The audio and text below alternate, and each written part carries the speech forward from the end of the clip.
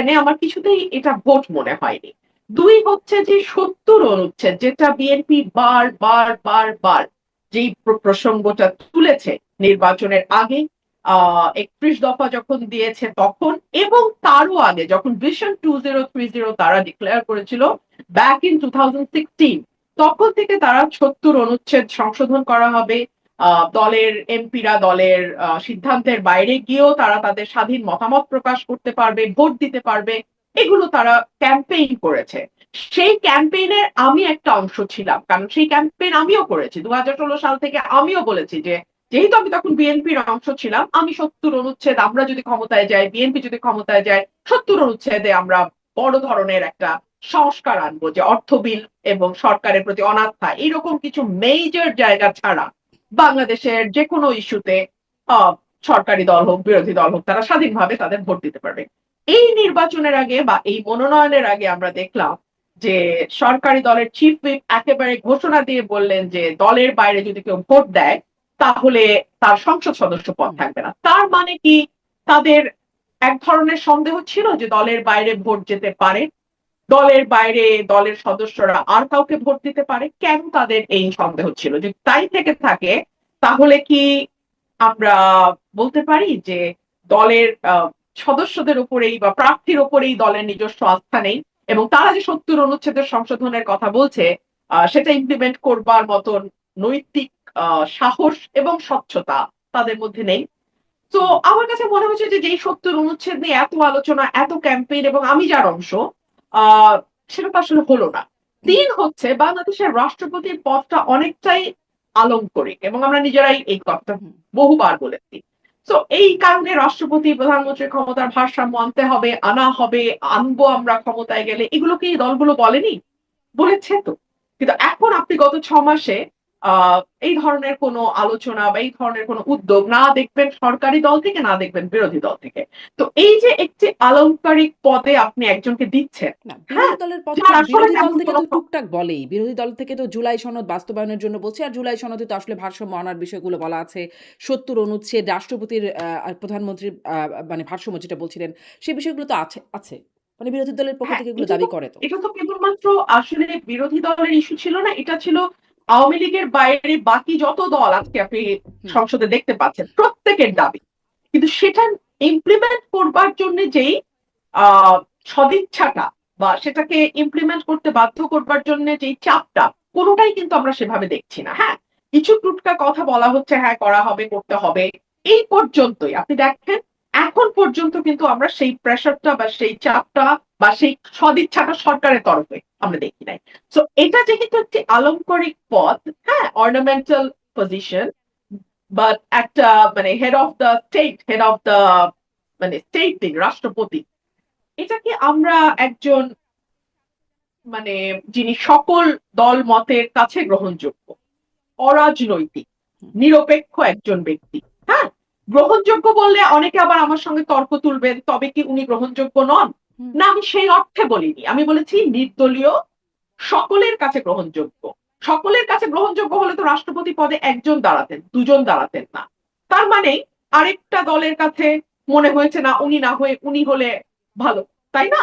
তো আমরা যদি বিচারপতি শাহাবুদ্দিনের মতন, 1991 এর কথা বলছি, বিচারপতি শাহাবুদ্দিনের মতন একজনকে আমরা পেতাম 1996 যাকে প্রেসিডেন্ট করা হলো, তো তাহলে হয়তো যেটা সকলের জন্য গ্রহণযোগ্য, যার কোনো দলীয় হিস্ট্রি নাই, তাহলে হয়তো বেটার হতো। কারণ যেহেতু আপনি ৭০-এর বাইরে যাচ্ছেন না, যেহেতু আপনি ভোটটাকে ঠিক ভোট রাখছেন না, তো তাহলে আপনি এমন একজনকে দিন মানে এমনিই তো যিনি আপনিও আসলেই বললেন যে সকলের কাছে আপনিই তো গ্রহণযোগ্য। বললেন এটা আলংকারিক একটা পদ।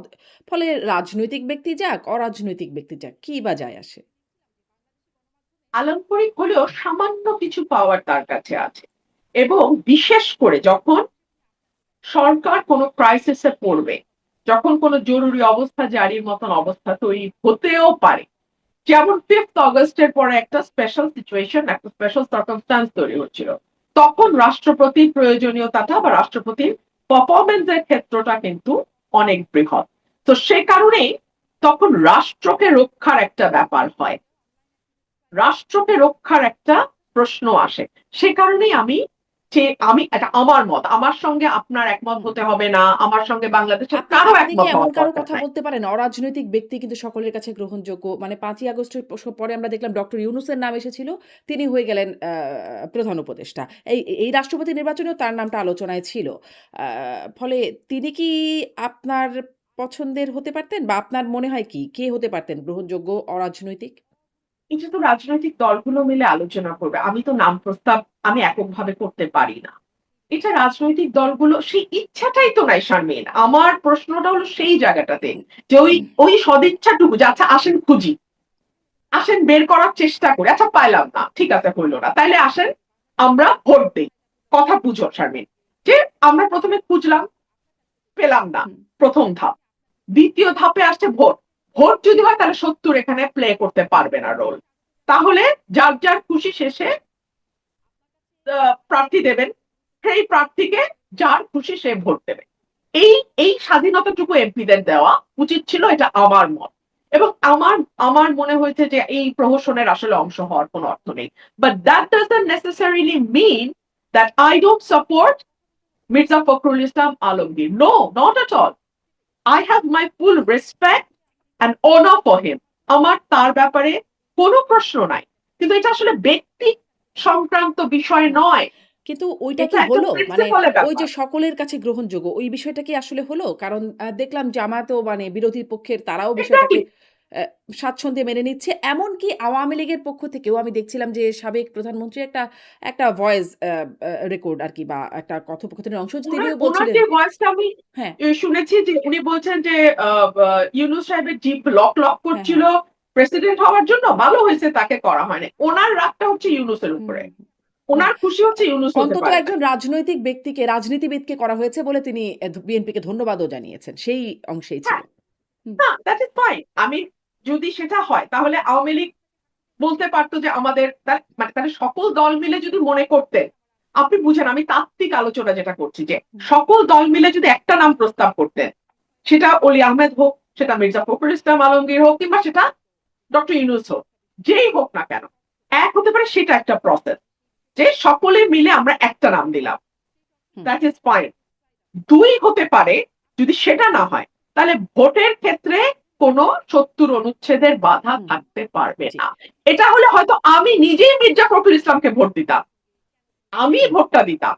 কিন্তু আমার আর্গুমেন্টটা ওই জায়গাটাতে না। আমার আর্গুমেন্টটা হচ্ছে ৭০ অনুচ্ছেদের বাধাটা আপনারা কেন রাখছেন? এবং আপনি দেখেন মুনাফিকিটা কোথায়?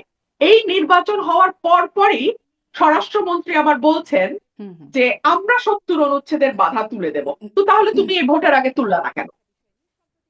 মানে এই এই মুনাফিকিগুলো ভালো লাগে নাই আমার কাছে। এই সিম্পল, আর কিছু না।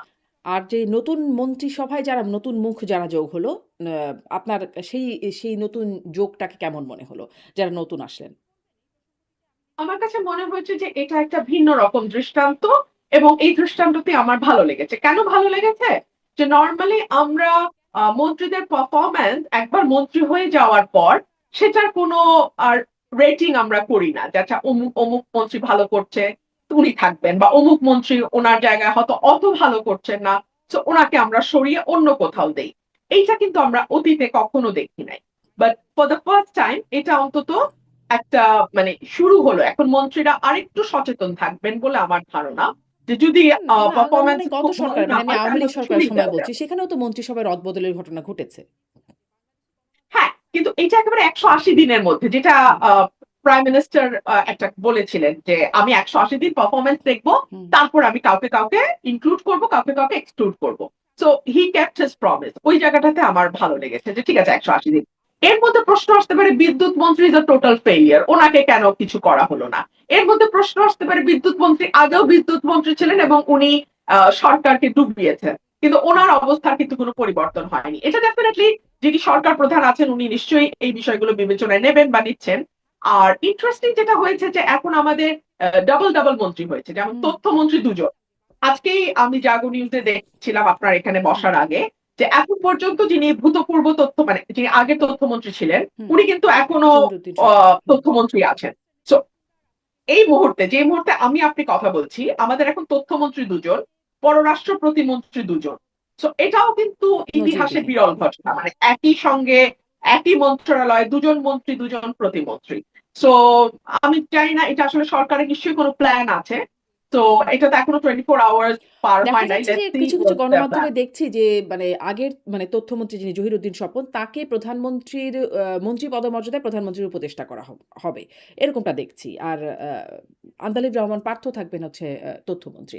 এরকম খবর আসছে। আমিও সেটা দেখেছি। হ্যাঁ। আমি দেখেছি, বাট এখন পর্যন্ত মানে আমি ঠিক এই জন্য বললাম, যখন আপনি আর আমি কথা হুম, হুম, বলছি, এই মুহূর্তে আমাদের দুজন করে মন্ত্রী আছেন। হুম। তো এটা কি মানে আপনি ভেতরে থেকে দেখেছেন জোটের মধ্যে জোট নেতাদেরকেও দেখেছেন। জহিরুদ্দিন স্বপনের চাইতে কি আন্দালিব রহমান পার্থ তার যোগ্যতর তথ্যমন্ত্রী হিসেবে বা তিনি কি একটু কম যোগ্য? আ যিনি আগে ছিলেন বা এখনো আহ আছেন? যিনি ছিলেন উনি মাত্র 6 মাস কাজ করেছেন। আমার পক্ষে ইভ্যালুয়েশন দেয়াটা মুশকিল। আর পার্থ ভাই he is now for the first time. এখনো উনি কাজ শুরুই করেননি। সো এই কম্পারিজন তো আসেই না। আর দুজনকেই ব্যক্তিগতভাবে আমি চিনি। দুজনেই চমৎকার মানুষ। দুজনেই অত্যন্ত আমি কি বলবো? অত্যন্ত চমৎকারভাবে কথা বলেন মিডিয়ার সঙ্গে। দুজনেরই খুব ভালো একটা বোঝাপড়া আছে, যতদূর আমি জানি। হুম। সো আমার কাছে মনে হয়েছে, দেখা যাক কি হয়। আচ্ছা, মাত্র ১৮০ দিন বলছেন। এই ১৮০ দিনে আপনি আসলে আপনি তো খুব আপনার সাথে মিডিয়ার সম্পর্ক খুব ভালো। আমরা যখন গণমাধ্যমে মেইনস্ট্রিম মিডিয়াগুলোতে কাজ করতাম তখনও দেখেছি বা অন্যান্য যারা আছে তাদের সাথেও আপনার সম্পর্ক খুব ভালো। আপনি মানে আপনি আসলে পার্থক্য কতটুকু দেখলেন এই ১৮০ দিনে গণমাধ্যমে কি পরিবর্তন হলো? আ আপনি গণমাধ্যমের ভূমিকার কথা বলছেন? সার্বিকভাবেই বলছি গণমাধ্যমের ভূমিকার কথা, গণমাধ্যমের ভেতরের চিত্রের কথা। কারণ আপনি যখন ভেতরে যান ভেতরের অনেক কিছুই আপনার চোখে পড়ে বা অনেকেই আপনার সাথে খুব ক্লোজলি মেশেন। ফলে এই প্রশ্নটা করছি যে গণমাধ্যমের ভেতরে গণমাধ্যমের ভূমিকা কি পরিবর্তন হলো? আ দেখুন, গণমাধ্যমের মধ্যে এক ধরনের ভীতি কাজ করছে। মানে আগের আমলে চাপে হোক, সেলফ সেন্সরশিপ এর জন্য হোক, বা মালিক পক্ষের চাহিদা অনুযায়ী হোক, তাদেরকে একভাবে কাজ করতে হয়েছে। হ্যাঁ? যেটা হয়তো অনেক সময় প্রফেশনাল এথিক্স এর সাথেও এক ধরনের ক্ল্যাশ তৈরি হয়েছে। মানে হতে বাধ্য হয়েছে। মালিক পক্ষের চাপ আছে, এজেন্সির চাপ আছে। সব মিলিয়ে গণমাধ্যম ওয়াজ আন্ডার প্রেশার। তো আন্ডার প্রেশার এ তাদের কিছু, কিছু কাজ হয়তো অনেক সময় করতে হয়েছে, যেটা প্রফেশনাল এথিক্স এর সাথে খুব ভালোভাবে যায় না। কিছুটা বিচ্যুতি হয়। আর আমাদের মতন দেশে এটা খুব একটা আশ্চর্যের ব্যাপারও না। ঠিক আছে? সেখানে এখন আবার তাদের মধ্যে সেই ভীতিটা কাজ করছে যে এখন আমাদের আরো সুপার সার্ভিস দিতে হবে। হ্যাঁ? ওই সরকারকে আমরা যেভাবে সার্ভিস দিয়েছি, এখন তো আবার একেবারে 180 ডিগ্রি ডিফারেন্ট একটা গভর্নমেন্ট। তো এখন এদেরকে আবার যতটুকু না দরকার প্রফেশনালি, তার চেয়ে বেশি সার্ভিস তাদেরকে হয়তো অনেক সময় দিতে হতে পারে। একটা ভীতি গণমাধ্যমের উপর ১ম দিকে খুবই কাজ করেছে। এটা হয়তো এখন অনেকটাই কমে আসছে। আরেকটা হচ্ছে যে সর্বত্র তো এক ধরনের ইমব্যালেন্স তৈরি হয়েছে। হ্যাঁ? সর্বোচ্চ এক ধরনের ইমব্যালেন্স তৈরি হয়েছে। সেটা কিরকম? সেটা হচ্ছে যে এটা আওয়ামী লীগের আমল থেকে আমরা দেখে এসছি যে আমরা সরকার প্রধানকে বাদ দিয়ে আর সকলের হুম, সমালোচনা করব। হুম, হ্যাঁ? সেই ধারাবাহিকতাটা আমি এখনো আমি গণমাধ্যমের মধ্যে লক্ষ্য করি যে there is one savior and he is the angel or she is the angel and rest are the devils, and those devils are so মানে কি বলবো, so notorious যে তারাই প্রধানমন্ত্রীকে অলওয়েজ ভুল বুঝায়, হুম, অলওয়েজ ভুল পথে নেয়। হ্যাঁ, প্রধানমন্ত্রী কিন্তু ফেরেশতা। হুম, হুম, এইটা আমি আওয়ামী লীগের সময় দেখেছি, and I'm now seeing the continuation of that old story. But মজাটা কি জানেন শারমিন? যখন শেখ হাসিনার পতন হলো, তখন কিন্তু কেউ আর কোন মন্ত্রীকে গালি দিল না। হুম, হুম, সকল দোষ গিয়ে শেখ হাসিনার ঘাড়ের উপর উঠল। হ্যাঁ, এত বছর উনি ফেরেশতা। এখন one and only দুষ্ট person became Sheikh Hasina after 5th হুম, হুম, অগাস্ট। তাই না? হুম, তো আমি খালি এই সরকারকে ওটুকুই মাথায় রাখতে বলব। হ্যাঁ? যে আপনারা কোন আ তেলবাজিতে না গা ভাসায় দিয়েন না। কারণ এটা যখন ব্যাকফায়ার করে, তখন ওই সরকার প্রধানের উপরেই পুরা গুলিটা চলে যায়। তখন কিন্তু আর আপনার আ পারিষদ, চাটুকার, আ এখন যাদেরকে শুভানুধ্যায়ী দেখবেন তাদেরকে কিন্তু কেউ বকবে না। তখন স্ট্রেইট অ্যাওয়ে যারা আজকে ৳১০০ খাবার নিয়ে উচ্ছ্বাস করছেন, যারা আজকে ৳২০০ শার্টকে সেলিব্রেট করছেন, যারা আজকে সাধারণ জীবনযাপন কে একেবারে বড়ভাবে উদযাপন করছেন, তারা সেকেন্ডে কিন্তু গুলিটা আপনার দিকে তাক করবে। সো আমি এটুকুই বলবো যে 5th অগস্ট থেকে শিখেন, হুম, তাই না? হুম। আপনি মানে ফেরেশতা আর ডেভিলের মধ্যে এক রাতের ডিফারেন্স, হুম, এক রাতের মধ্যে।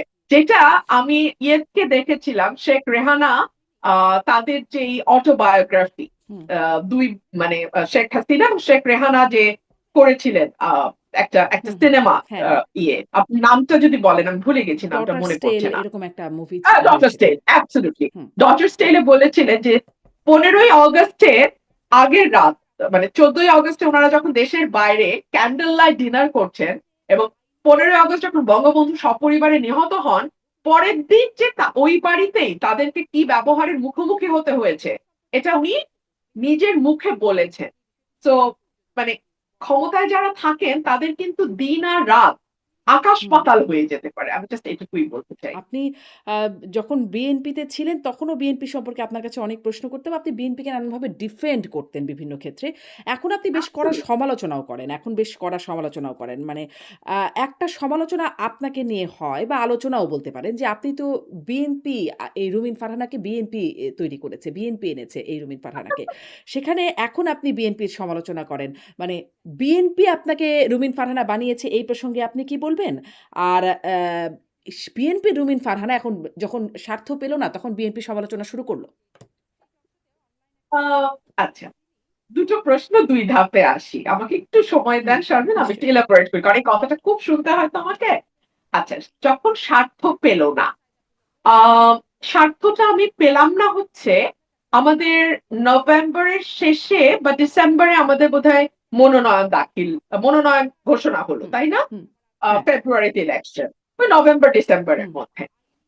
কিন্তু আমি কিন্তু বিএনপির চাঁদাবাজির সমালোচনা শুরু করলাম হুম, ২০২৫ এর শুরু থেকে। আর ২০২৫ এর শেষে গিয়ে নমিনেশন দেয়া হলো হুম। বা না দেয়া হলো। তো তাহলে আমি সমালোচনা বা বিএনপির ভুলগুলো কেন আগে থেকে বলা শুরু করলাম? আমি কি জানতাম না যে এটার একটা ছাপ আমার নমিনেশনে আসবে? হুম। আমি কি জানতাম না যে এই কারণে দলের সঙ্গে আমার দূরত্ব তৈরি হবে? তো কি আমি চাঁদাবাজির কি বুঝতে সমালোচনাই কি আপনার জন্য কাল হয়েছিল? বড় একটা ভূমিকা তো রেখেছে বটেই। আচ্ছা। যে ও শি ইজ নট দ্যাট অনুগত, যে যেই অনুগত হলে আসলে তাকে ট্রাস্ট করে কাছে এনে কাজ করা যায়। হুম, সো দলের ভিতর থেকে যখন আমাকে শো কজ করা হলো, সেটাও খুব গোপনে করা হুম, হলো। কারণ দল জানে আমি যা বলছি তা সঠিক বলছি। তো আমাকে শো কজ করলে সেটা আরেকটা সমালোচনা হবে। সেই শো কজটা খুব গোপনে করা হলো, সেটার জবাবও আমি দিলাম। ৭২ ঘন্টার মধ্যে আমি চাঁদাবাজির বিরাট তালিকা দিলাম। বিএনপি শুধু চাঁদাবাজি না, অন্তর্কোন্দল এবং নানান রকম আ সংঘর্ষে জড়িয়ে পড়ছিল বিএনপি নিজেদের ভেতরে এবং জামাতের সঙ্গে, অন্য দলগুলোর সঙ্গে।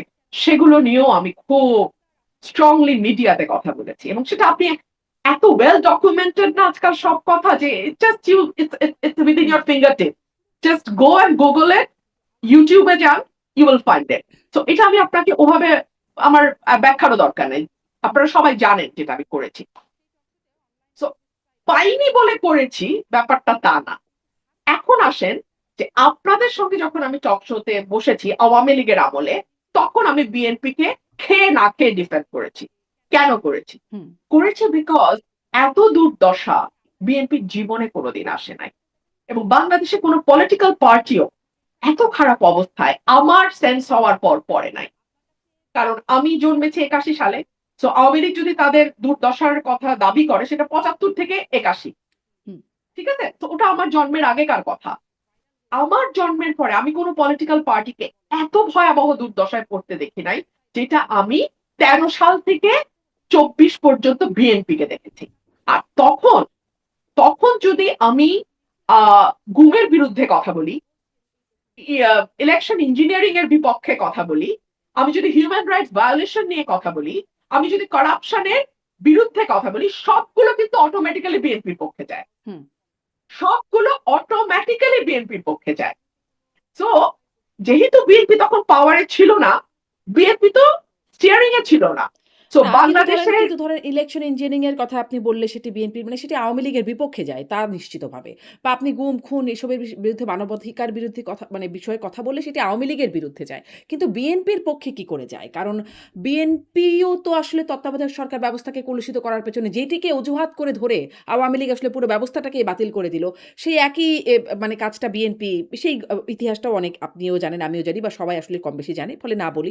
আ আ মানে হত্যা, বিচার বহির্ভূত হত্যাকাণ্ড ইউ সেটিও আর বিএনপির। অ্যাবসলিউটলি রাইট হ্যাঁ, তো শারমিন, হ্যাঁ, ইউ আর অ্যাবসলিউটলি রাইট, কিন্তু টক শোতে আপনি যদি এখন 15 বছর আগের বিএনপি কি ভুল করেছিল বা অন্যায় করেছিল সেটার উপর গুরুত্ব দিয়ে কথা বলবেন, নাকি 18 সালে বসে আপনি 18 নির্বাচন নিয়ে কথা বলবেন, নিশ্চয়ই আর। বা হুম, 14তে বসে আপনি 14 নির্বাচন নিয়ে কথা বলবেন? তো ওটগুলো যখন আমি বলেছি, তখন অটোমেটিক্যালি সেটা গভর্নমেন্টের এগেনস্টে বলতেই হুম, হবে। ইলেকশন ইঞ্জিনিয়ারিং নিয়ে কথা বলতে হলে গভর্নমেন্টের এগেনস্টে বলতেই হবে। যেমন এখন আপনি যদি গ্যাস সংকট, বিদ্যুৎ সংকটের কথা বলেন, আপনি কি বলবেন আওয়ামী লীগ দায়ী আজকের এই গ্যাস বলছে সংকটের তো জন্য? বিএনপি তো বলতে বলছে। পারে, সরকার তো বলছে এটি আসলে শেখ হাসিনার সরকার পলিসি। বলছে, হ্যাঁ। এটা বলা যায়, কিন্তু আপনি বলেন মানুষ কি এটা খাচ্ছে, মানুষ কি এটা মানছে, বা আমরা কি এটা বলতে পারি? সরকার বলছে বটে, কিন্তু সাথে সাথে কিন্তু জবাব আসছে। তাহলে আপনারা কি করেছিলেন? আপনারা তো গত 17 বছর জানতেন যে সরকার সেভাবে কূপ খনন করছে না। হুম, সরকার নিজস্ব জ্বালানি মানে আহ নির্ভরশীলতা তৈরির জন্য যা যা করা দরকার নিজের দেশের জ্বালানির উপর নির্ভর করছে না, সৌর বিদ্যুতের উপর নির্ভরশীলতা বাড়ানোর জন্য কাজ করছে না। তো তাহলে আপনারা সেকেন্ড হিসেবে যে আপনারা তো আসবেন, আপনারা তো জানেন যে আপনারা ক্ষমতায়, এরপরে একদিন একদিন আপনারা, আপনাদের প্ল্যান কি ছিল? এই প্রশ্নটা তো আসে। তো আজকে কিন্তু সমালোচনা সরকারের হচ্ছে। আপনি ব্যবসায়ীদের কথা শুনেন, আপনি সিএনজি ড্রাইভারের কথা শুনেন, হুম, আপনি সাধারণ মানুষের কথা শুনেন, আপনি পলিটিক্যাল যারা মানে হয়তো সচেতন কিন্তু কোনো সরাসরি দল করে না, হুম। আপনি তাদের কথা শুনেন, আপনি দেখবেন প্রত্যেকে সরকারকে দায়ী করছে। স্টিয়ারিং এ যে থাকে দায়টা কিন্তু তাকে কিন্তু এই নিতে হয়। ৬ মাসে কি আচ্ছা, এখন এটা একটু অবশ্য ওই প্রসঙ্গটা শেষ না হতেই এটা চলে আসলো। কিন্তু সরকার কি ৬ মাসে এমন কিছু করতে পারত যার কারণে এই দুর্ভোগটা এড়ানো যেত? একটা এলএনজি টার্মিনাল ঠিক করতে যখন আপনার 1 মাস সময় লাগবে, তখন তো ওটা অটোমেটিক্যালি আপনার অক্ষমতা, অদক্ষতাকে ইন্ডিকেট করে শারমিন। আপনার আছেই সাকুল্যে ২টা। আরেকটা হাসিনা করতে চেয়েছিল, ইউনূস সরকার এসে ওটা বন্ধ করেছে। হুম, তো আছেই সাকুল্যে ২টা। তার মধ্যে একটা বন্ধ হলে আপনি জানেন না আপনার কি হুম, দশাটা হবে? সেটা ঠিক করতে আপনার ১ মাস লাগবে। যদি লাগে তাহলে আপনি অদক্ষ সরকার শামিল। It's simple as hmm, that. আচ্ছা, এখন জরুরি প্রশ্ন যেটা আপনার ১ম প্রশ্ন। আমাকে দল রুমিন ফারহানা করেছে। এই যে এই কথাগুলো বলার মাধ্যমে একভাবে যারা এই কথাগুলো বলছে তারা দাবি করছে যে রুমিন ফারহানা হ্যাজ বিকাম সামথিং। আমি কিন্তু নিজেকে সামথিং মনে করি না। আমি খুবই তুচ্ছ, নগণ্য বাংলাদেশের একজন নাগরিক, যিনি রাজনৈতিকভাবে সচেতন, পেশায় আইনজীবী এবং রাজনীতি কর্মী। এটা হচ্ছে আমার নিজের পরিচয়। কিন্তু আপনি যখন বলেন যে রুমিন ফারহানাকে রুমিন ফারহানা বানিয়েছে, তার মানে আপনি ধরে নিচ্ছেন আমি একটা কিছু হয়েছি। হুম, আচ্ছা, আসেন এখন ধাপে ধাপে। রুমিন ফারহানা নামটা আমার পারিবারিকভাবে দেয়া। এটা বিএনপি নামটা আমাকে দেয় নাই। এটা আমি, আমার বাবা-মা আমার হুম, জন্মের পরে রুমিন ফারহানা নামটা রেখেছেন। আমার আইনজীবী আমার বাবা-মা খরচ করে, কষ্ট করে, পয়সা খরচ করে আমাকে উনারা পড়িয়েছেন। আমিও কষ্ট করে পড়াশোনা করে আইনজীবী হয়েছি। কোর্টেও দৌড়াদৌড়ি করতে হয়, পেশা চালাই, এইভাবে করছি। এখন আপনি যদি মনে করেন বিরাট একটা কিছু আপনি করেছেন, তাহলে কি করেছেন আপনি? আপনি আমাকে ১০ বছর, আমি বিএনপির কথা বলছি, আমাকে সহ আন্তর্জাতিক সম্পাদক করেছেন। বিএনপিতে এরকম সহ আন্তর্জাতিক সম্পাদক আরো ১-১৫০ আছে। সকল সহ। আন্তর্জাতিক এই সহ আন্তর্জাতিক সরি, সহ আন্তর্জাতিক ছিল আরো ৫টা, আন্তর্জাতিক ছিল আরো ৫টা। মোট ১০টা ছিল আন্তর্জাতিকেই। আর সহ অন্যান্য হুম, সব সহশিক্ষা, সহ প্রশিক্ষণ, সহ স্বাস্থ্য, সহ কর্মসংস্থা ইত্যাদি, ইত্যাদি ধরলে আরো ৩ ছিল। তো তারা কেউ কেন আসলে নামে উদ্ভাসিত হইল না? এক, মহিলা এমপি আমাকে বিএনপি বানিয়েছিল। তো বিএনপির ৮১ সালের পর জন্ম হচ্ছে ৭৭। ৭৭ থেকে আজকে ২০২৬। কত হুম, বছর হলো? ৪০ নাকি না? হুম, হুম, ৫০? হুম, কত হলো? ৪৫। হুম, আচ্ছা, এই ৪৫, ৪৭, ৪৫, ৪৭ বছর বয়সে টোটাল মহিলা এমপি বিএনপি কয়টা বানিয়েছে? প্রায় হাজার হুম, খানেক। হুম, তো হাজার খানেকের মধ্যে কয়টা নাম আসলে আপনি বলতে পারবেন? হুম। না, ব্যারিস্টার আমি রফিকুল খান, আপনি আমি যোগ্য। আমি কিন্তু না না, আপনি শারমিন আমাকে একটু শেষ করতে দেন, নিশ্চয়ই। কারণ এটা তারা এত বলে, হুম, এত বলে শারমিন, আমাকে একটু বলতে দেন। আচ্ছা। হুম, আমি নিজেকে বাংলাদেশের নাগরিক, বটতলার উকিল এবং একজন রাজনৈতিক কর্মীর বাড়ি কিচ্ছু মনে করি না। কিন্তু আপনি যখন বলেন বিএনপি আমাকে রুমিন ফারানা বানাইছে, তার মানে আপনি মিন করেন যে আমি রুমিন ফারানা বিরাট একটা কিছু হয়ে গেছি। তো বিরাট একটা কিছু যদি হয়ে থাকি, তাহলে বিএনপি আসলে আমাকে কি বানাইছে? মহিলা এমপি বানাইছে। তো মহিলা এমপি তো এখন পর্যন্ত প্রায় হুম, কয়েক হাজার হয়েছে। আপনি 10 জনের নাম বলেন। না না, হুম, থাক, 5 জনের বলেন না প্লিজ, হুম, 5 জনের বলেন। আপনি তো সচেতন সাংবাদিক, হুম। আপনি বলেন না। না, মানে কিংবা ধরেন কিন্তু ওই প্ল্যাটফর্মটা যদি আপনাকে না দিত, তাহলে কি আপনি এই রুমিন ফারহানা হতে পারতেন? মানে বিএনপির ওই প্ল্যাটফর্ম ব্যবহার করে অনেকেই পারেন নাই। কিন্তু আপনি পেরে দুই গেছেন। হাজার তেরো সাল থেকে আমি মিডিয়াতে কথা বলছি, হুম, এবং আমার একটা স্টাইল আছে, যে স্টাইলটার কারণে আসলে আর 10 জন টকারের সঙ্গে আমার একটা ডিফারেন্স একদম। তৈরি হয়। হুম, স্টাইলটা হচ্ছে, আমার মেধা কম, আমার মনে রাখার শক্তি কম, আমার স্মরণ শক্তি কম। সে কারণে না আমি তথ্য সব হাতের কাছে নিয়ে যেতাম, পত্রিকার কাটিং রাখতাম, আমি লিখতাম, গুগল সার্চ করে লিখতাম, আমি বইগুলোতে যা তথ্য পাই সেগুলো টুকে রাখতাম, কারণ আমার তো বুদ্ধি কম হুম, এবং মেধাও কম। তো আমাকে এগুলো সব ডকুমেন্টেড করতে হতো। সে কারণে আমি মেধাবী টকারদের সঙ্গে আমার ডিফারেন্স হয়ে গেল কি, আমি তথ্য দেখে দেখে, সংখ্যা দেখে দেখে আমি পরিসংখ্যান দিয়ে, যুক্তি দিয়ে কথা বলি। যুক্তিটা শিখেছি কারণ আমি আইনজীবী। তো এই কারণে একটা ডিফারেন্স তৈরি হয়েছে। ডিফারেন্স তৈরি হওয়ার ফলে 2018 সালে যখন বিএনপি আরো 6 জন এমপি তো গেছে, আচ্ছা আমি তো একজন মহিলা এমপি, বাদ দেন না, আরো 6 জন পুরুষ বিপুল বিক্রমে বিএনপির টিকিটে গেছে পার্লামেন্টে, তারা কেন স্বমহিমায় উদ্ভাসিত হতে পারলো না? কিংবা ধরুন জিয়াউর রহমানের আমলে আপনি আমাকে বলেন তো, এমপি তো খুব তুচ্ছ ব্যাপার, প্রতি সংসদে 300টা করে থাকে, আর অলংকার ধরলে 350টা থাকে। আমি তো একটা অলংকার ছিলাম, অলংকারিক এমপি ছিলাম, তাই না? So, আপনি আমাকে জিয়াউর রহমানের আমলের আহ শিক্ষা প্রতিমন্ত্রীর নামটা বলেন তো। তিনি তো মন্ত্রিত্ব পাইছিলেন, হুম, যিনি হয়েছিলেন, আমি বলতে পারবো না, মানে হুম। আপনি বলতে পারবেন মনে কিনা। তো করতে পারি না। হ্যাঁ। কিংবা ধরেন হুম, 91 সালে খালেদা জিয়ার আমলে আহ হুম, বাণিজ্য মন্ত্রী বা বাণিজ্য প্রতিমন্ত্রীর নামটা বলেন তো। ওনারা তো মন্ত্রিত্ব পাইছেন বিএনপির কাছ থেকে, বলতে পারবেন? হুম। না, মনে করতে ভাই পারছি রে, না। হ্যাঁ। পারবেন না ভাই। পদ দিলেই যদি তৈরি করা যায় তো ভাই, হুম, তাহলে এতদিনে কয়েক কোটি তৈরি হইতো। আচ্ছা। পদ তৈরি করে না, যে যে যাকে যাকে নিজেই তৈরি করে। আমি কিন্তু বটতলার উকিল। হুম, আপনারাই বলতেছেন রুমিন ফারহানাকে বানাইছে, তো বানানো মানে নিশ্চয় রুমিন ফারহানা বিরাট একটা কিছু হচ্ছে আপনাদের হুম, মত অনুযায়ী। তো সেই কারণেই বললাম, জিয়াউর রহমানের সময় স্বাস্থ্যমন্ত্রীটা কে ছিল, শিক্ষামন্ত্রীটা কে ছিল, হুম, সংস্কৃতি মন্ত্রী কে ছিল, খেলার মন্ত্রী কে ছিল, মন্ত্রীদের নামটা বলেন না। এমপি তো ভাই 300টা করে থাকে, আর আমার মতো 2 টাকার অলংকার ধরলে তো 350টা করে হুম, থাকে। ওগুলি বাদই দেন। তো কথা বলার আগে একটু ভাইবেন যে আপনাদের পরদাদার আমলের এমপি কে ছিল, এমপি টেপি না, মন্ত্রী কে ছিল। তারপর ধরেন আপনাদের 91 সালের হুম, সংস্কৃতি মন্ত্রীকে, শিক্ষামন্ত্রীকে, তারপরে কি স্বাস্থ্যমন্ত্রীকে, এগুলো একটু মনে করেন।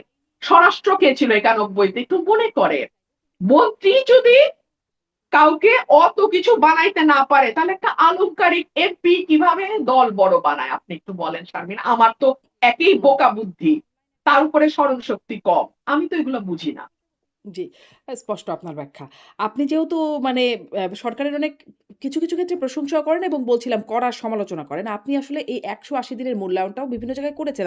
আমাকেও একটু বলেন যে কিভাবে আপনি সরকারের ১৮০ দিন গেল মূল্যায়ন করছেন। I have a plan সেই প্ল্যানের বাস্তবায়ন আসলে মাননীয় প্রধানমন্ত্রীর প্ল্যানের যে বাস্তবায়ন সেটি আসলে কতটুকু দেখছেন? এই ১৮০ দিনের ৩ টা অগ্রাধিকার ছিল। ৩ টা অগ্রাধিকার যেটি মন্ত্রিসভার ১ম বৈঠক। নির্বাচনের পরে ফেব্রুয়ারিতে যেটি হয়েছিল। আইনশৃঙ্খলা, দ্রব্যমূল্য এবং জ্বালানি সরবরাহ স্বাভাবিক রাখা। সেটি সহ বাকি যা দেখছেন। আপনি 3টা অগ্রাধিকার যে 3টা বললেন, এটা নিয়ে কি সত্যি আমার মন্তব্যের প্রয়োজন আছে? আপনার সত্যি মনে হয় যে আমি এটা নিয়ে মন্তব্যের কোনো প্রয়োজন আছে? এক। দুই হচ্ছে আমার কাছে মনে হয়েছে এটা প্রধানমন্ত্রীর ইমেজ পুনরুদ্ধারের কর্মসূচি হয়েছে ৬ মাসে। কারণ প্রধানমন্ত্রী নিজেও জানেন যে বাংলাদেশে আ একটা সিরিয়াস ইমেজ ক্রাইসিস এই প্রধানমন্ত্রীর ছিল। সুতরাং ৳১০০ লাঞ্চ এটাকে বারবার হাইলাইট করা হয়েছে। আ একটা সবজি এবং ডাল দিয়ে দুপুরের খানা। আমার তো মনে হয় প্রধানমন্ত্রীর ব্রেইন ফাংশন অনেক গুরুত্বপূর্ণ। সো আমার মনে হয় উনার পুষ্টিকর খাবার খাওয়া দরকার এবং প্রতিদিন ৩ বেলা ৳৩,০০০ লাঞ্চ, ডিনার, ব্রেকফাস্ট হলে বরং জাতি উপকৃত হবে। কারণ তাহলে তার ব্রেইনটা আরো দ্রুত কাজ করবে। উনার ব্রেইন যদি আমার মতো কাজ করে, তাহলে বিপদ না? আমি ৳৫০ লাঞ্চ খাইতে পারি। কারণ আমার ব্রেইনের তো কোনো দাম নাই। কিন্তু উনি তো প্রধানমন্ত্রী।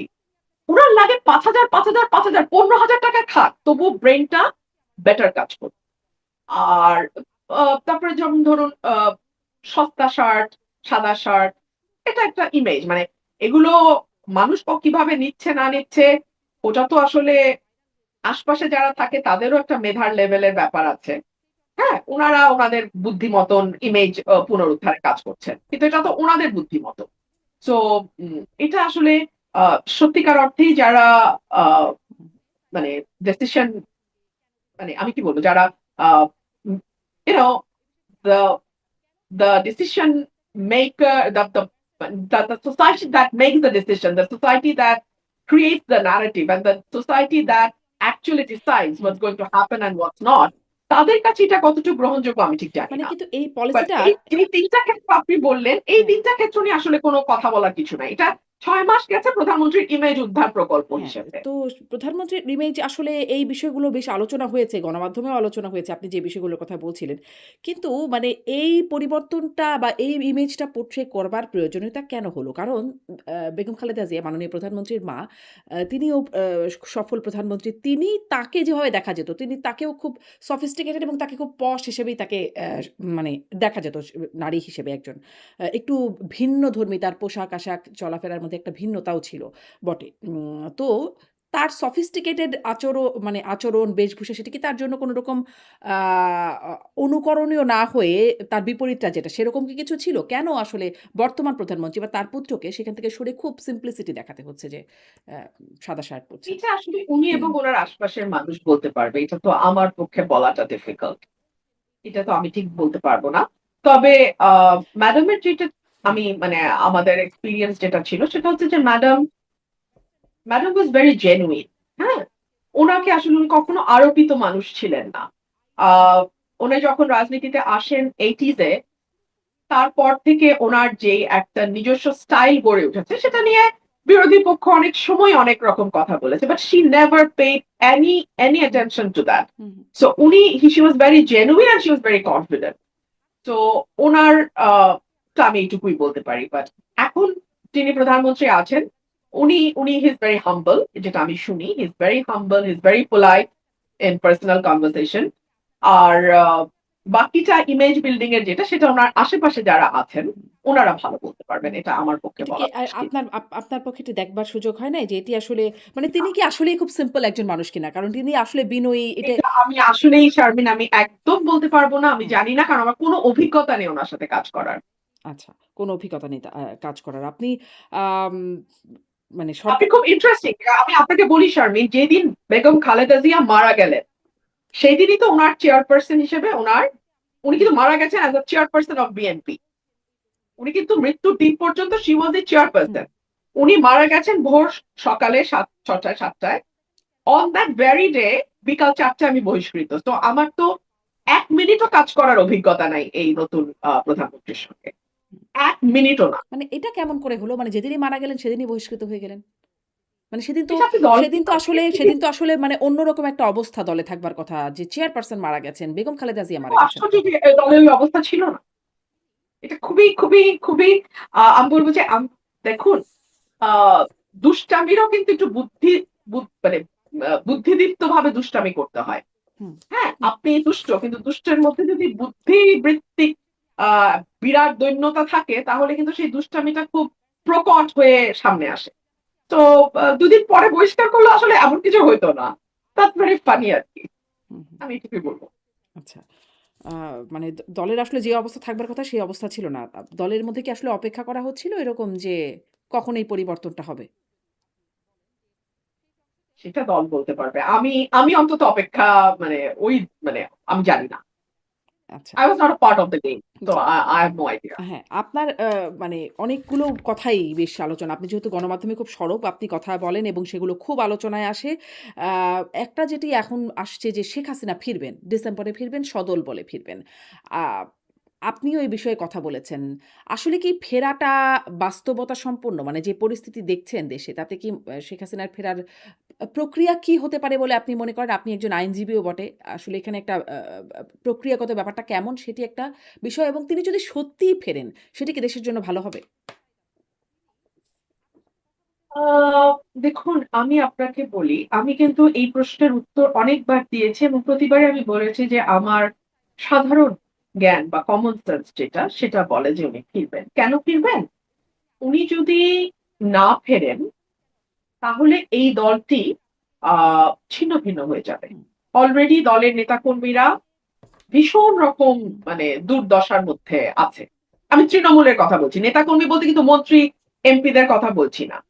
তৃণমূল একদম মানে খুবই দুর্দশার মধ্যে আছে ১। ২ হলো আল্লাহ না করুক উনার বয়স হচ্ছে। হুম, উনি যদি দেশের বাইরে মারা যান, পৃথিবীর অন্য কোনো দেশে মারা যান, বাংলাদেশের বাইরে, তাহলে that will be the end of the story এবং ইতিহাসে শেষ হিসেবে লেখা থাকবে যে উনি একজন পলাতক হুম। প্রধানমন্ত্রী, স্বৈরাচার প্রধানমন্ত্রী হিসেবে উনার মৃত্যু হয়েছে। এই বাস্তবতাটা উনি মানবেন কিনা? এই চয়েসটা উনাকে নিতে হবে। স্পষ্ট। তার আর জন্য, ৩ তার দলের জন্য তার ফেরাটা জরুরি। কিন্তু ফেরাটা বাস্তবতা একদম সম্পন্ন কিনা? এখন রাজনীতিতে না আপনাকে কেউ জায়গা করে দেবে না। রাজনীতিতে সুসময় আসবে তবে আমি ফিরবো। আ এটা বোধহয় কাজ করে না। সুসময়টা বা রাস্তাটা আপনাকেই তৈরি করতে হবে। এটাই হচ্ছে বাস্তব। হুম, হ্যাঁ?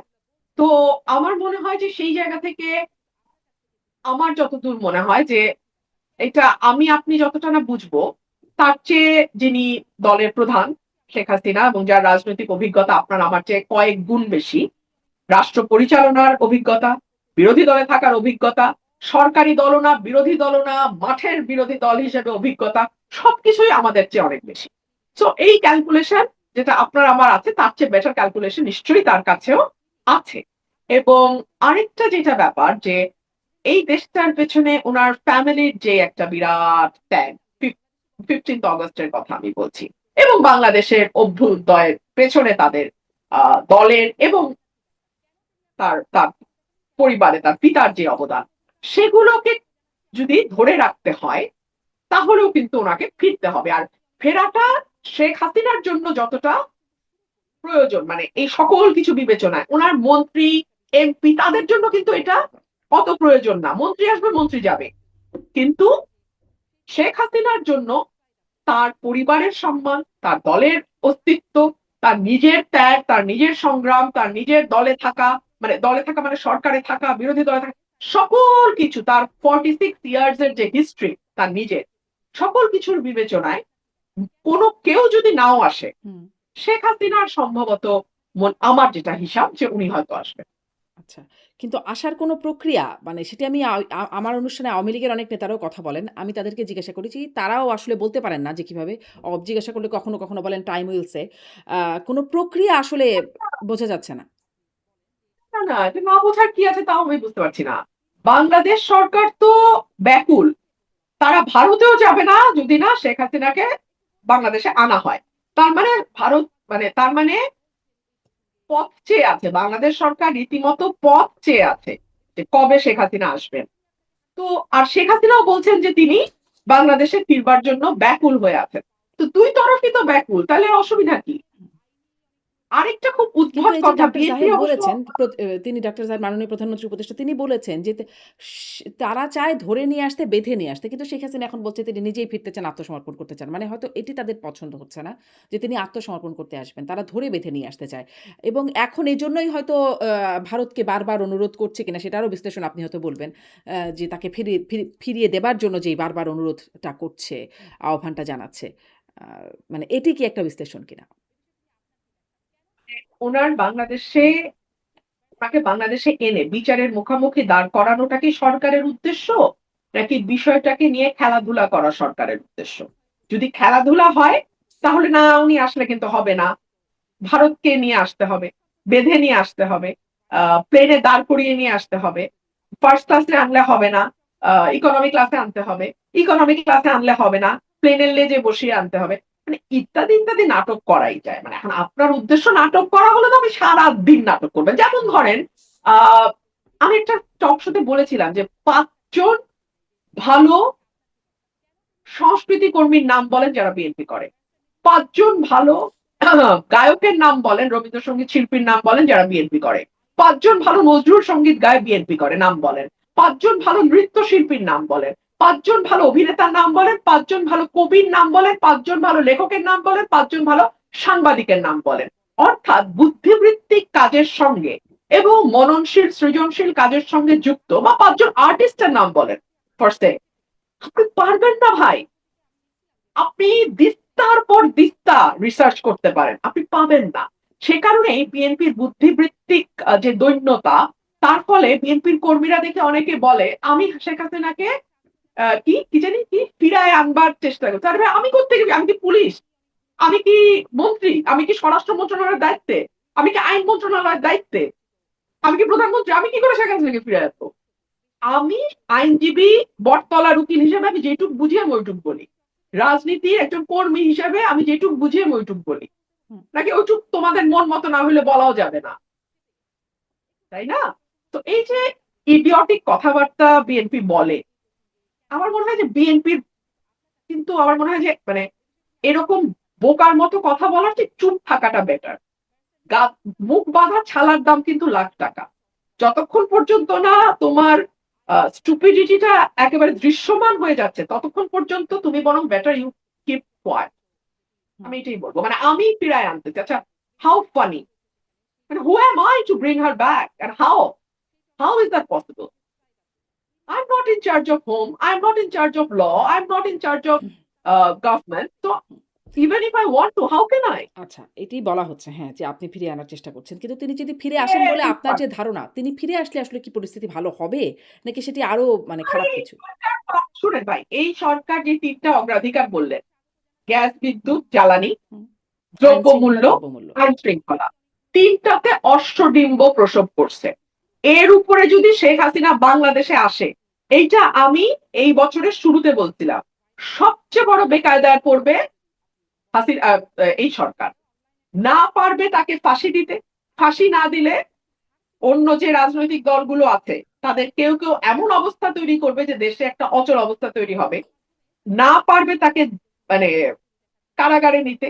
কারণ শেখ হাসিনা বাংলাদেশে পাড়া দেওয়া মাত্রই হুম, নেতা কর্মীদের মধ্যে যে একটা উদ্দীপনা তৈরি হবে, সেই উদ্দীপনা সামাল দেওয়ার মতো শক্তি সরকারের আছে কিনা সেটাও একটা প্রশ্ন। এই প্রসঙ্গে আপনাকে আরেকটা কথা আমি মনে করিয়ে দিই। তখনও কিন্তু নমিনেশন হয় নাই। ওই যে বলে নমিনেশন না পেয়ে বলতেছি, তখনও কিন্তু নমিনেশন হয় নাই। নমিনেশনের আলাপও হয় নাই। এটা সম্ভবত 25 সালের এপ্রিল মেয়ের কথা। 2025 সালের এপ্রিল মেয়ের কথা। আমাদের একটা প্রোগ্রাম ছিল, আলোচনা।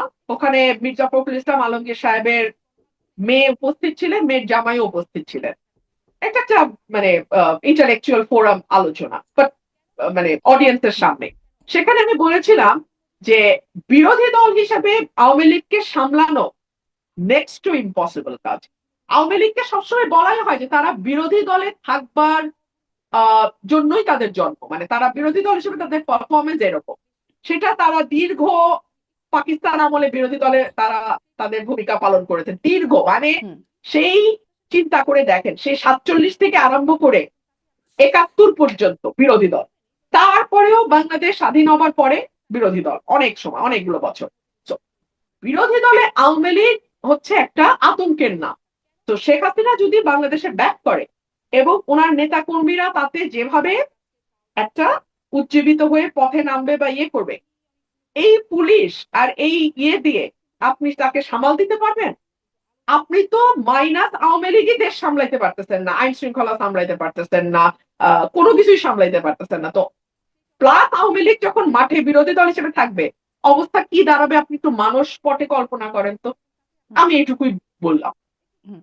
তাহলে আর কি আসলে হবে না হবে তাহলে এটা কেন তো আসলে বোঝা যাবে। সরকার এত বারবার মানে শেখ হাসিনাকে ফেরানোর আবেদন করছে? আপনি অবশ্য নাটক শব্দটাও ব্যবহার করছিলেন।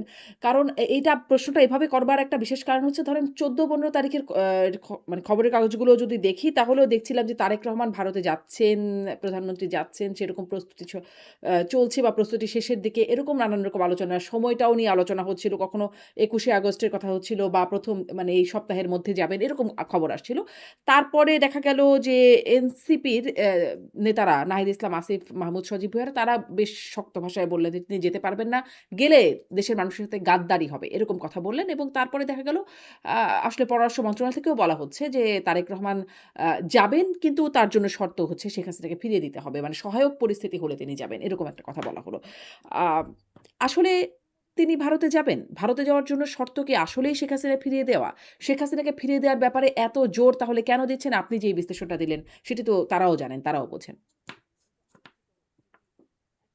এই বিষয়ে তারেক রহমান সাহেব আমার সাথে আলাপ করেন নাই। হুম, তো উনার মনের ভিতরে কি আছে এটা একমাত্র উনি জানবেন, উনার কাছের ব্যক্তিরা জানবেন। আমি জানি না।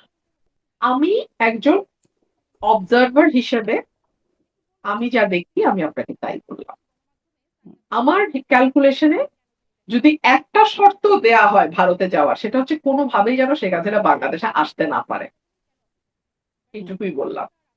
আচ্ছা। শোনেন, তারেক রহমান সাহেব ১৭ বছর এক্সাইল ছিলেন লন্ডনে। শেখ হাসিনা যান নাই লন্ডনে। উনি কি এগুলা তালবাহানা করছেন তারেককে ফেরত না দিলে লন্ডন যাব না? হুম। এইসব বাহানা আমার কাছে ভাই বাহানা। আর গুহ্য কথা আমার সাথে কেউ শেয়ার করে নাই। সো আমি জানি না। তাহলে কি আপনার কি মনে হয়? বা যদি এটাও কি কোনো জানেন কিনা? তারেক রহমান কি যাচ্ছেন ভারতে? ভারতে যাচ্ছেন? আমার কি মনে হয় আমি তো বলে না, দিলাম। না, যদি ভারত হ্যাঁ, ভারতে যাচ্ছেন একদম কিনা? ওয়াদাবদ্ধ হয় যে কোনোভাবেই শেখ হাসিনাকে ভারত আসতেই দিবে না। হুম, শেখ হাসিনা প্লেনে চড়লেও ভারত প্লেন থেকে টেনে শেখ হাসিনাকে নামায় রাখবে। তাহলেই কেবলমাত্র সম্ভবত বাংলাদেশ সরকার ভারত সফরে যাবে। আচ্ছা, আচ্ছা। আ ভাই শুনেন। হ্যাঁ, ভাই শুনেন। ধরলাম শেখ হাসিনার কাছে পাসপোর্ট নাই। হুম, সরকার can issue a travel pass now at this moment. Hmm, hmm, And Sheikh Hasina, if she really wants to come back, she can come back tomorrow. Hmm. That's all I can understand. Rest আপনারা চিন্তা করে বলেন। চিন্তা করে নিজেদের উত্তর নিজেরা খোঁজেন। এখন তারেক রহমান যাবেন কিনা? আপনার এই বিষয়ে আপনার মানে বিশ্লেষণ কি? আমি জানি না। আচ্ছা, আপনি জানেন না। আমি জানি না। ২ রকম চাপ আছে। হুম। যেই চাপ জয়ী হয়। এই ২ রকম চাপ কোন, কোন পক্ষ থেকে? একটা সফট চাপে যাওয়া উচিত। হুম, প্রতিবেশী বদলানো যায় না। হুম, একটা নতুন শুরু হওয়া উচিত। নতুন একটা ফ্রেশ স্টার্ট যেটাকে বলে সেটা হওয়া উচিত। আ ভারতের সঙ্গে আমাদের অনেকগুলো বিষয় আছে মীমাংসিত এবং অমীমাংসিত। গঙ্গা পানি চুক্তি শেষ হচ্ছে হুম। এই ডিসেম্বরে। বছর। হুম, কি হবে? ৫৪ টা অভিন্ন পানি আছে। নদীর পানি আছে। কি হবে? এইটার শর্ট করলে ওইটার শর্ট করলে তাড়াতাড়ি ভারত থেকে আনতে হয়। কি হবে? ভিসা বন্ধ থাকলে আমাদের দেশের মানুষ আমাদের সাধারণ মানুষ যারা চিকিৎসার জন্য একটু কম খরচে বেটার ট্রিটমেন্ট এ যেতে চায় তারা পড়ে যায় বিপদে। সো ইত্যাদি অনেক বিষয় আছে। আর একমাত্র আ সেটা একটা লেখায় পড়ছিলাম, একটা কলামে একজন লিখেছেন যে একজন কেন আমি নামই বলি আমাদের দেশনেত্রী বেগম খালেদা জিয়ার প্রেস সেক্রেটারি ছিলেন ভদ্রলোক। হ্যাঁ? উনি লিখছিলেন যে একমাত্র অতি ব্যাককল ছাড়া কেউ নেক্সট ডোর নেইবারের সাথে সম্পর্ক খারাপ করে না। হুম। অতি ব্যাককল মানুষই কেবলমাত্র নেক্সট ডোর নেইবারের সাথে সম্পর্ক খারাপ করে। উনি সাবেক প্রধানমন্ত্রী বেগম খালেদা জিয়ার প্রেস সেক্রেটারি ছিলেন। সো ওনারই ফেসবুক স্ট্যাটাসটা দেখলেই আপনারা পেয়ে যাবেন। আচ্ছা। তো এখন এইটা একটা চাপ আছে। হ্যাঁ? কিন্তু আরেকটা চাপ আছে যে আপনি জানেন বাংলাদেশে এখন আ রাইট রাইটিস্ট ফোর্স এর একটা উত্থান, খুব শক্ত উত্থান। পাকিস্তানের সঙ্গে আমাদের নতুন করে একটা এক ধরনের সম্পর্ক তৈরি হওয়া। আ তুরস্কের সাথে একরকম নতুন সম্পর্ক মানে আরেকটু দৃঢ় সম্পর্ক বিল্ড আপ করা। আ ৭৭ টা আসন নিয়ে জামাতের পার্লামেন্টে থাকা। এই সবকিছুরও তো একটা ইনফ্লুয়েন্স আছে। এবং আ দিল্লি না ঢাকা, দিল্লি না ঢাকা এই স্লোগান তো আমরা কিছুদিন আগে পর্যন্ত খুব জোরে শুনতে দেখেছি। কিন্তু এই স্লোগানের মাঝখানেই যখন আবার ভিসা ওপেন হলো দেখা গেল এক রাতে 1.5 লক্ষ আবেদন জমা পড়ে গেল, লাইন জট হয়ে গেল, সার্ভার ডাউন হয়ে গেল, ইত্যাদি ইত্যাদি। সো এই আর কি। তো আচ্ছা। 2 রকম চাপই আছে, দেখা যাক।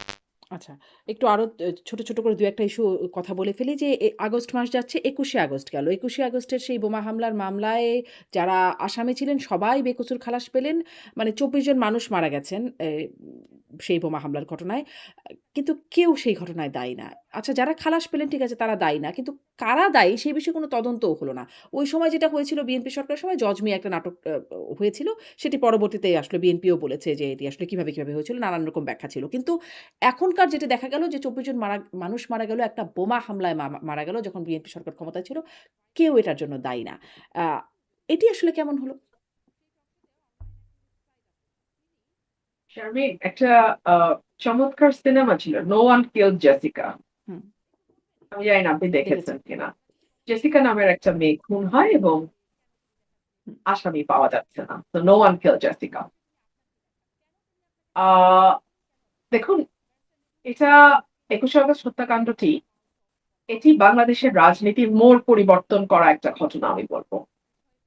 21শে আগস্ট 21শে আগস্ট যদি বাংলাদেশে না ঘটতো, আমি জানি না বাংলাদেশের রাজনীতি, যেটা আহ 91-তে শুরু হয়েছিল, একটা মোটা দাগের গণতন্ত্রের রাজনীতি, যে 5 বছর এই দল ভোটে থাকবে, তারপরে বিরোধী দলে যাবে, আবার ভোটে আসবে, আবার যাবে, এই ধারাটা চালু থাকতো কিনা এই প্রশ্ন থাকে। বিকজ 21শে আগস্ট আওয়ামী লীগের মধ্যে এমন একটা ভীতি তৈরি করেছিল বলে আমার ধারণা, আবারও বলছি আমার ধারণা, হুম, যে বিরোধী দলে গেলে তো নির্বংশ হবার সম্ভাবনা তৈরি হয় এই দেশে। হুম, সো কোনোভাবেই বিরোধী দলে যাওয়া যাবে না, সেটা আপনি তত্ত্বাবধায়ক বাতিল করে হোক, সেটা আপনি ব্যালট বাক্স ছিনতাই করে হোক, সেটা আপনি জাল ভোট দিয়ে হোক, whatever be the case, I cannot be in the opposition. কারণ অপোজিশনে গেলে নির্বংশ হয়ে যেতে হবে। সো 21শে আগস্ট, এটা এটা আসলে না, এই মুহূর্তে যখন আমি বলবো, একদল আমাকে মাথায় তুলে নাচবে, আরেক দল আমাকে কুৎসিত ভাষায় গালাগালি করবে, দুটার কোনোটারই কিন্তু লজিক নাই। কিন্তু আমি আমার ধারণাটা বলছি। এক সময় না এক সময়, মানে যখন আজ থেকে 100 বছর পরে যখন এই সময়ে নিয়ে লেখা হবে, যাদের কোনো হুম, স্বার্থ থাকবে না এই সময়টাকে বিশ্লেষণ করতে, যারা কোনো দিকে টান থেকে লিখবেন না, হুম, কেবলমাত্র ইতিহাসের খাতিরে ইতিহাসকে দেখবেন, তারা হয়তো 21শে আগস্টের যে ইম্প্যাক্ট, যেটা বাংলাদেশের রাজনীতিতে যে ভীষণ বড় একটা ইম্প্যাক্ট 21শে আগস্ট অগোচরে রেখে গেছে, সেটার উপরে লিখবেন।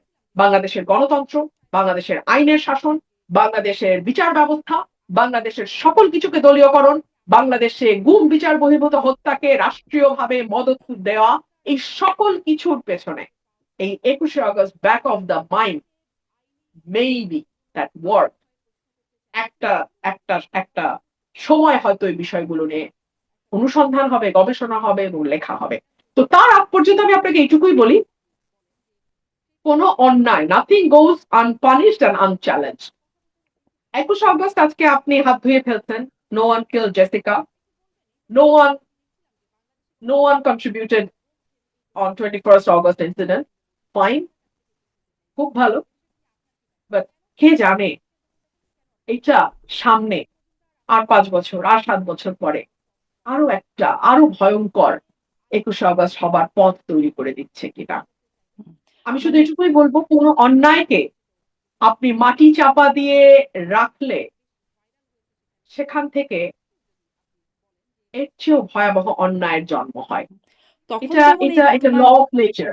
জি, তখন যেমন এই ঘটনায় জঙ্গি সংশ্লিষ্টতার কথা বলা হচ্ছিল। মানে অনেকদিন আওয়ামী লীগ সরকারের সময় হলি আর্টিজান একটা বিশাল বড় ঘটনা। তারপরে বেশ নানান রকম কোথাও নাটক, কোথাও ছ ছ জঙ্গি তৎপরতা দমন, নানান রকম কিছু করে জঙ্গি তৎপরতা একরকম দমনের মধ্যে থাকলো। তারপরে এখন আবার খুব দেখা যাচ্ছে খুব বোমা আতঙ্ক ইদানিং, এবং জাতিসংঘও বলছে বাংলাদেশে আল কায়দার তৎপরতার কথা, উদ্বেগ জানাচ্ছে জাতিসংঘ নিরাপত্তা পরিষদ। আ মানে আওয়ামী লীগ সরকার একটা বিষয় সেল করত যে তারা না থাকলে দেশে জঙ্গিবাদ মাথাচাড়া দিয়ে উঠবে, বা আন্তর্জাতিক বিশ্বে ওই বিষয়টা সেল করত। মানে তাদের কথাটা কি আসলে বাস্তবতায় প্রমাণ হচ্ছে, নাকি আসলে এখানে কোনো ষড়যন্ত্র? এখন বাস্তবতা বা ষড়যন্ত্র যেটাই হোক, এটা শেষ করবার দায়িত্ব তো সরকারের। সরকারের কাছে সমস্ত টুলস এন্ড অ্যাপারেটাস আছে, এটা তো আমার আপনার হাতে নাই, বিরোধী দলের হাতেও নাই। আপনি পুলিশ বলেন, প্রশাসন বলেন, আর্মি বলেন, বিজিবি বলেন, গোয়েন্দা সংস্থা বলেন, সবই তো সরকারের হাতে।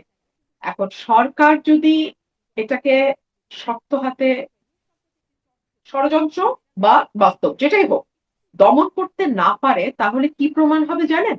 প্রমাণ হবে বিএনপি মানেই খাম্বা, বিএনপি মানেই লোডশেডিং, বিএনপি মানেই গ্যাসের অভাব, বিএনপি মানেই চাঁদাবাজি, বিএনপি মানেই আইন শৃঙ্খলা পরিস্থিতির অবনতি, বিএনপি মানেই হচ্ছে জঙ্গিবাদ। সো এটা যদি বিএনপি নিজের ভালো পাগল নাকি, মানে নিজের ভালো নাকি পাগলও বোঝে, তো বিএনপি যদি না বোঝে এবং আমরা যারা বলছি আমাদেরকে যদি শত্রু জ্ঞান করে গালাগালি করে এবং বারবার বলে তোমাকে রুমিন ফারানা বানাইছে বিএনপি, কি বিপদ, কি বিপদ। মানে নিজের ভালো তো পাগলও বোঝে, আমি শুধু এইটুকুই বলবো। বিএনপি যদি এই জায়গাগুলোতে স্টিয়ারিং এ বসে নিজেদের এই কালিমা মোচন করতে না পারে, যেটা 1 থেকে 6 যে কালিমা ছিল সেটা যে রিপিটেশন আমরা আবার এই 2026-এর পর থেকে দেখতে পাচ্ছি, তাহলে কিন্তু 100 টাকার লাঞ্চ, 200 টাকার শার্ট, 300 টাকার মানে গাড়ি বহর, সরকারি গাড়ির তেল নেব না, এগুলো কিন্তু আপনাকে 10% বেতন সরকারি খাজানায় জমা দেওয়া আর খাল খনন, এটা কিন্তু আপনাকে রক্ষা করতে পারবে না। মানুষ কিন্তু অনেক স্মার্ট হয়ে গেছে। আপনি আপনার টিম সহ 2001-এ পড়ে থাকতে পারেন, বাট এটা কিন্তু 2026। তখন কিন্তু মানুষের হাতে সেলফোন ছিল না। তখন কিন্তু যে কেউ রাস্তায় দাঁড়ায় একটা দোকানি কিংবা একটা নিম্ন মধ্যবিত্ত মানুষ যে বাজারে গেছে কিংবা হুম। একজন সিএনজি ড্রাইভারের মতামতটা ঠাস ঠাস করে এরকম নিয়ে নিয়ে ফেসবুকে ছাড়তে পারতো না 2001 সালে। এখন কিন্তু পারে। তো আপনাকে বুঝতে হবে সময় পাল্টে গেছে।